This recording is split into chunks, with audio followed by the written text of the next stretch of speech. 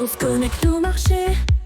Bon, ben on a enfin le nouveau PDG de chez Stellantis, Antonio Filosa. Oui, il est italien. De toute façon, on a vu que Meloni avait repris un peu les rênes de cette société-là. Je rappelle que le siège européen est maintenant en Italie. Et du coup, elle a mis un Italien. Alors en fait, il était déjà dans la société Stellantis, dans la partie États-Unis. C'est lui qui s'occupait de ça. Alors c'est l'opposé total de Carlos Tavares. C'est un mec souriant, très humain. Tavares, c'était pas du tout ça. Et du coup, ça n'a pas du tout la même gestion qu'avait Stellantis d'avant. Donc, comme je vous dis, c'est quelqu'un d'interne, c'est une promotion interne, c'est pas quelqu'un d'externe, du coup, donc il connaît la société. Alors, toujours ça, le problème, c'est que prendre des gens en interne, des fois, quand ça va pas dans la société, je suis pas sûr que ce soit la meilleure des idées. J'aurais toujours tendance à prendre quelqu'un d'externe, un peu ce qu'avait fait Renault avec Luca De Maeo.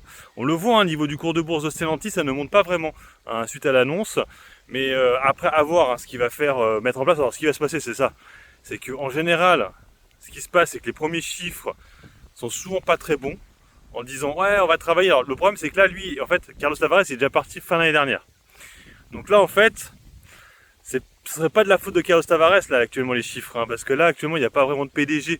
Il y a John Hackman là qui avait récupéré en attendant, mais c'est vrai que bon, il va arriver en poste, mais souvent c'est ce qu'ils font, c'est-à-dire qu'ils disent bon les chiffres sont vraiment pas bons, en fait ils augmentent le côté négatif pour qu'un an après ils disent vous avez vu comme j'ai renversé la tendance. Ils font souvent ça, donc à voir s'ils le font là.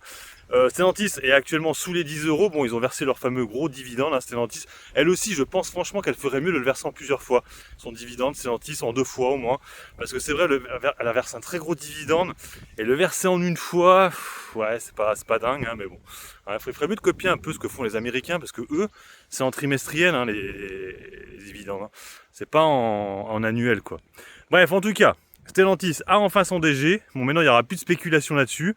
Et mine de rien, l'annonce n'a pas fait non plus s'envoler le cours de bourse de Stellantis, malheureusement. Donc maintenant, à voir ce qu'il va faire sur la marque. Et du coup, Peugeot va être dirigé du coup par un Italien. Du coup, un Peugeot, Citroën et compagnie, qui sont actuellement dans un gros bourbier avec les moteurs PureTech et aussi les airbags. Allez, sur ce, moi je vous laisse. Bon investissement et puis bon trade. Ciao, ciao.